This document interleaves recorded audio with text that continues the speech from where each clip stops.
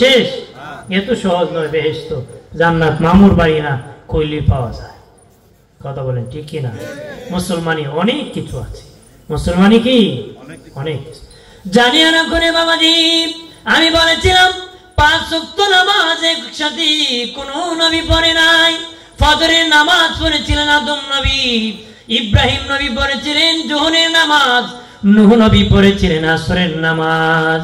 আসরের পরে বাবাজি দাউদ নবীর মুনাজাত শুরু হয়েছিল আল্লাহর কাছে। উজিরের সাথে উনার একটু দ্বন্দ্ব হয়েছিল বাবাজি, উনি দোয়া করেছিলেন আল্লাহর সাথে। দোয়া করতে করতে মাগরিবের সময় খোঁজ খবরই এসেছে, দাউদ তোমার দোয়া মুনাজাত আমি কবুল করেছি। দাউদ নবী ওই মাগরিবের সময় 4 রাকাত নামাজ নিয়ত করে দাঁড়ায় গিয়েছেন। উনি এত বেহুশ ছিলেন, কান্না করেছিলেন বাবাজি। কান্না করতে করতে নামাজে দাঁড়ায় গিয়েছেন।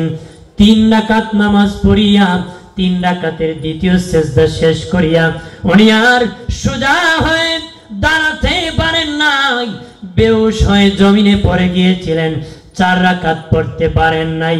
3 রাকাত পড়ার পরে বেহুশ হয়ে জমিনে পড়ে গিয়েছিলেন। আল্লাহ বলেন, এ দাউদ তুমি 3 রাকাত পড়ে বেহুশ হয়ে পড়ে গিয়েছো, 4 রাকাত পড়তে পারো নাই। আমি আল্লাহ মাগরিবের নামাজকে 3 রাকাত ফরজ করে দিয়েছি। দয়াল নবীকে আল্লাহ ডেকে বলেন, হাবিব ও আমার দোস্ত, আর এশারের নামাজ কোন নবী পড়ে নাই, এশারের নামাজ কোন নবী পড়ে নাই। আমি আল্লাহ আপনার উম্মতের জন্য এশারের নামাজকে ফরজ করে দিলাম, উপহার করে দিলাম, উপহার দিয়ে দিলাম। এশারের নামাজ দিয়ে আপনার উম্মতের শান মান ইজ্জত আমি আল্লাহ বাড়াইছি। আমি আল্লাহ 30 পারা কোরআন দিয়ে বাড়াই দিছি। আমি আল্লাহ জুমার নামাজ দিয়ে বাড়াই দিছি। জুমার নামাজ গরিবের ঈদের দিন। গরিবের কি?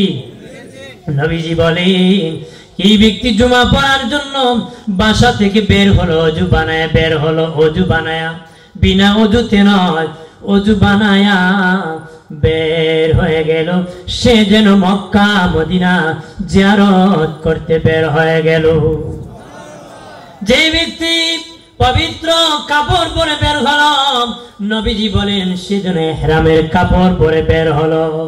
জুমার নামাজ পড়িয়া ওই উজু লইয়া যদি আবার বাড়ি ফিরতে পারে, মধ্যখানে কোনো জায়গায় নয়, ওই উজু লইয়া আবার যদি বাড়ি ফিরতে পারে, নামাজ শেষে তার নিজ বাসায় ফিরতে পারে, নবীজি বলেন সে যেন মক্কা মদিনা জিয়ারত করে নিষ্পাপ বেহেশতি হয়ে বাড়ি ফিরেছে।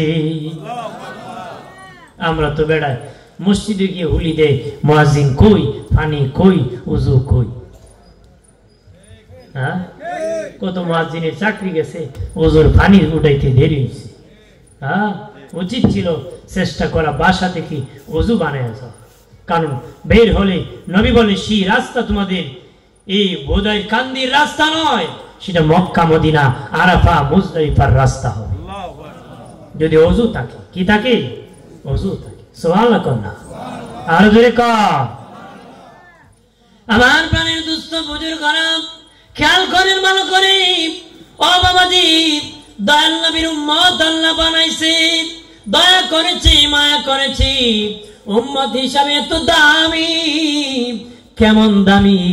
আমরা উম্মতে মুহাম্মদীর আগে কেউ জান্নাতে যেতে পারবে না। সবার শেষে এসেছি, সবার আগে আমরা জান্নাতে যাব। এটা শেষ নবী, আখিরি নবী, দয়াল নবীর উম্মত হওয়ার কারণে আমার আল্লাহ আমাদেরকে সর্বপ্রথম জান্নাত দিবে। আর সর্বপ্রথম কাতার আমাদের হবে, সকলের সামনে আমরা দাঁড়াবো। সুবহানাল্লাহ। জানিয়া না করি মুমিন, ও বাবাজি, মানুষ যখন ঘুমায় সর্বশেষ কান ঘুমায়। সর্বশেষ কি? সর্বশেষ কান ঘুমায়।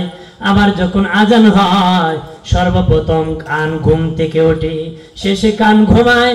সবার প্রথম কান ঘুম থেকে ওঠে, শেষে কান ঘুমায়, আগে কান ঘুম থেকে ওঠে। ঠিক আমরা উম্মতে মুহাম্মদী সবার শেষে এসেছি, সবার আগে জান্নাতে যাব।